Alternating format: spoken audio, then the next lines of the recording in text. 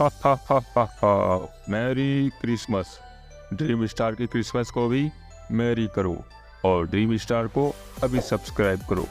और हाँ, jingle bell press करना ना भूलना। हा हा हा हा हा। ये हम पार्क जा रहे हैं, झूला झूलेंगे, बहुत मजे करेंगे। मम्मी पापा, ये मम्मी पापा। अरे बस बस, कितना चिल्लाएगा। देख, लग गई ना तुझे सर्दी। बेटा, ठंड होनी शुरू हो गई है। अब तुझे स्वेटर दिया है, पहन ले। माँ, स्वेटर तो क्रिसमस पर पहनते हैं ना। अरे बेटा, क्रिसमस आने से पहले ही सर्दी शुरू हो जाती है। दिसंबर में तुम बिना स्वेटर के नहीं रह सकते। ये लो, पहन लो। पापा, आगे गाड़ी। रोशन का ध्यान अपने बेटे की तरफ चला जाता है, जिससे सामने से आते ट्रक की वजह से उनकी गाड़ी का बहुत ही बड़ा एक्सीडेंट हो जाता है, जिसमें दोनों माता पिता की मौत हो जाती है और थोड़ी बहुत चोट के साथ मयंक बच जाता है। पुलिस की 4 दिन जांच करने पर मयंक की मौसी सुहानी उसे लेने आती है। मयंक बहुत रोता है। मम्मी पापा, आप मुझे छोड़ कर क्यों चले गए? ये सब मेरी वजह से हुआ। अब मैं कैसे रहूंगा आपके बिना? बेटा, मैं हूँ ना, मैं तुझे ले जाऊंगी अपने साथ, तेरा ख्याल रखूंगी। इंस्पेक्टर साहब, अब मैं जा सकती हूँ? जी, ले जाइए और बच्चे का ख्याल रखिएगा। जी जी जरूर। ओहो, अब क्या इस आफत की पुड़िया को पालना पड़ेगा मुझे ही इसकी मौसी बनकर? मैंने तो ये गलती कर दी। पता नहीं इन पुलिस वाले ने मुझे कहाँ से ढूंढ लिया। सुहानी पुलिस वालों के सामने मीठी बनकर अपने भांजे को घर तो ले आती है, पर कुछ दिनों बाद ही उसके साथ बुरा बर्ताव करने लगती है। सिर्फ वो नहीं, उसका बेटा 8 साल का बल्लू उसे अनाथ कहकर और खिलौने दिखाकर चिढ़ाता, जिससे बेचारा मयंक बहुत रोता था। ठंड में सुहानी उससे बहुत काम करवाती। ऐसे ही एक दिन की बात है, एक दिन ठंड में काम कर वो पैरों से पोछा लगाता है। तभी सुहानी उसे देखकर उसका कान मरोड़ देती है। क्यों रे निकम्मे निकट्टू, तुझे पोछा लगाने को कहा है? तेरी माँ ने ये सिखाया है कि पाँव से पोछा लगा? हाथ टूट गए हैं तो बता, तोड़ दूं। नहीं नहीं मौसी, मुझे हाथ से ठंड लग रही थी, उंगली जम रही थी, इसलिए पाँव से कर रहा था। मेरे पास स्वेटर भी नहीं है, आप स्वेटर दे दो। तूने मुझे अपनी माँ समझा है जो तेरे ऊपर पैसे लुटा दूं? मेरा बच्चा नहीं है पैसे खर्च करवाने के लिए। उसे ना दिलाऊं स्वेटर? अभी बताती हूँ, बहुत जुबान चलाता है। आज रात का तेरा खाना बंद। नहीं नहीं मौसी, मौसी मत मारो, माफ कर दो मुझे। सुहानी उसकी एक नहीं सुनती और धड़-धड़ उसके सिर पर मार कर चली जाती है, जिससे वो बहुत रोता है। मम्मी पापा, मुझे छोड़ कर क्यों चले गए? मौसी जी बहुत गंदी है, मुझे मारती है, खाना भी नहीं देती है। कल से मुझे बहुत भूख लगी है। रोने के बाद वो बाहर बाकी बच्चों के साथ खेलने चला जाता है, जहाँ बच्चे खेलते खेलते क्रिसमस की बातें करने लगते हैं। अरे तुमको पता है, पिछली बार सेंटा मेरे को ड्राइंग बुक देकर गए थे, बहुत बड़ी बड़ी। इस बार भी मैं बहुत एक्साइटेड हूँ, क्रिसमस डे आने ही वाला है। हाँ हाँ, मुझे भी सेंटा क्लॉज ने नए नए कपड़े और वीडियो गेम दी थी। 2 दिन बाद क्रिसमस डे है, मैं तो उसे बहुत सारे तोहफे और चॉकलेट मांगूंगा। और मयंक, इस बार तो तेरे मम्मी पापा भी नहीं है, तो मुझे नहीं लगता कि सेंटा क्लॉज तुझे कोई तोहफा देंगे। हाँ, इसे सेंटा कोई तोहफा नहीं देगा। ये गंदा और अनाथ बच्चा जो है, कपड़े भी देखो पुराने हैं। हम तो क्रिसमस वाले दिन नए कपड़े लेंगे, क्रिसमस पार्टी करेंगे। तुम भी आना पार्टी में। नहीं नहीं, इसको नहीं बुलाएंगे। दोनों बच्चे मयंक का मजाक उड़ाकर भगा देते हैं, जिससे वो रोता रोता जंगल की तरफ चला जाता है और एक पत्थर से ठोकर खाकर गिर जाता है। मम्मी पापा, लगता है मैं हमेशा रोता ही रहूंगा, क्योंकि मेरे पास मम्मी पापा नहीं है।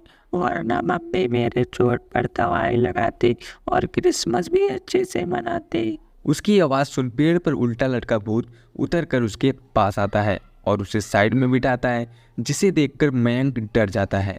भूत, मेरे को जाना होगा। अरे अरे मेरे प्यारे बच्चे, मेरे से डरो मत, मैं तुम्हें कुछ नहीं करूँगा। यहाँ बैठो, तुम्हारे मम्मी पापा नहीं हैं? नहीं, 1 महीने पहले ही वो मुझे छोड़कर भगवान जी के पास चले गए। मेरी मौसी मुझे बहुत मारती है, कल रात से मैंने खाना भी नहीं खाया, मेरे कपड़े भी फटे हैं, सब बच्चे मेरा मजाक उड़ाते हैं। अच्छा चिंता मत करो, अब तुम्हारा कोई भी मजाक नहीं उड़ाएगा। तुम्हें जो भी चाहिए मुझसे मांग लो। मुझे पाव भाजी और चॉकलेट और टेस्टी टेस्टी खाना।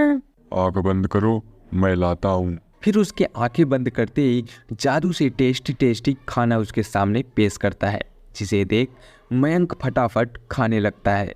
बेचारा बच्चा कब से भूखा था। सुनो, तुम्हारा नाम क्या है? तुम्हें और खाना खाना है? मेरा नाम मयंक है, मेरा पेट तो आपने भर दिया, उसके लिए शुक्रिया। अच्छा भूत अंकल, इस समय मौसी मुझे ढूंढ रही होगी, अगर मैं लेट हो गया तो वो मुझे बहुत मारेगी। मैं चलता हूँ। ठीक है जाओ, लेकिन तुम्हें दोबारा मेरी मदद की जरूरत हो तो आ जाना। यह सुन मयंक वापस घर लौट जाता है, जहाँ अचानक से गायब होने पर सुहानी उसे फिर से बहुत मारती है। दोबारा ऐसा किया ना तो बहुत बुरा होगा। बबलू बेटा जरा इधर आ, देख मैं तेरे लिए कल क्रिसमस डे के लिए एक सुंदर सा स्वेटर और टोपी लेकर आई हूँ। मौसी मुझे भी ठंड लग रही है, स्वेटर और टोपी दो ना, मैं भी क्रिसमस मनाऊंगा। माँ थी तो मेरे लिए सब लाती थी। तुझे तोहफा चाहिए ना, रुक मैं देती हूँ। बल्लू जरा डंडा लेकर आ। बल्लू डंडा लाकर देता है, जिससे सुहानी बेचारे मयंक को बहुत मारती है। ठंड में उसका शरीर पूरा नीला पड़ जाता है। मिल गया तुझे नया स्वेटर और टोपा क्रिसमस डे का। अब पार्टी में कल नजर मत आ जाइयो, वरना बर्फ की तरह जमा दूंगी। ओ मौसी डांट दो, मम्मी पापा। मयंक रोते रोते कमरे में चला जाता है। अगले दिन क्रिसमस डे था।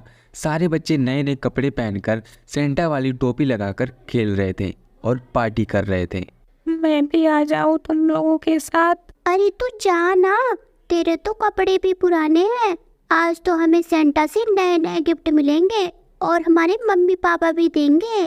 तुम सब बहुत गंदे हो, मैं अपने दोस्त के पास जा रहा हूँ। मयंक फिर रोते कांपते हुए उस जंगल में पेड़ के पास चला जाता है, जहाँ उसके पुकारने पर वह भूत सामने आता है। क्या हुआ मयंक, तुम रो क्यों रहे हो? भूत अंकल, सारे बच्चे गंदे हैं और मेरी मौसी भी गंदी है। कोई भी मुझे क्रिसमस डे पर नहीं बुला रहा, ना मुझे अच्छा खाना खाने को मिलेगा, ना ही मुझे सेंटा से गिफ्ट और ना ही कपड़े जूते। चिंता मत करो मयंक, मैं तुम्हारी सारी इच्छा पूरी कर दूंगा। देखना चाहोगे मेरा कमाल? ये बोलते ही भूत जादू से उसके कपड़े और जूते बदल देता है और उसके सामने अच्छा अच्छा खाना भी रख देता है। खुद को नए कपड़े में देख मयंक बहुत ही खुश हो जाता है। भूत अंकल, मेरी विश पूरी करने के लिए शुक्रिया, पर सेंटा क्लॉज आकर मुझे गिफ्ट देता तो और अच्छा लगता।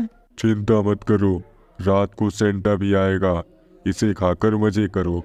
मयंक स्वादिष्ट खाना खाकर चला जाता है। एक तरफ सभी धूमधाम से क्रिसमस डे मना रहे थे, वहीं मयंक सो रहा था। तभी भूतिया सेंटा गाना गाते हुए उसके पास आता है। जिंगल वेलवा जिंगल वेलवा बाजेला, पक्की दाढ़ी वाला बुड्ढा चोला लेके आवेला। हा हा हा, मयंक देखो कौन आया है। अरे सेंटा भूत अंकल, आप मेरे लिए सेंटा बनकर आए हैं, आप कितने अच्छे हैं।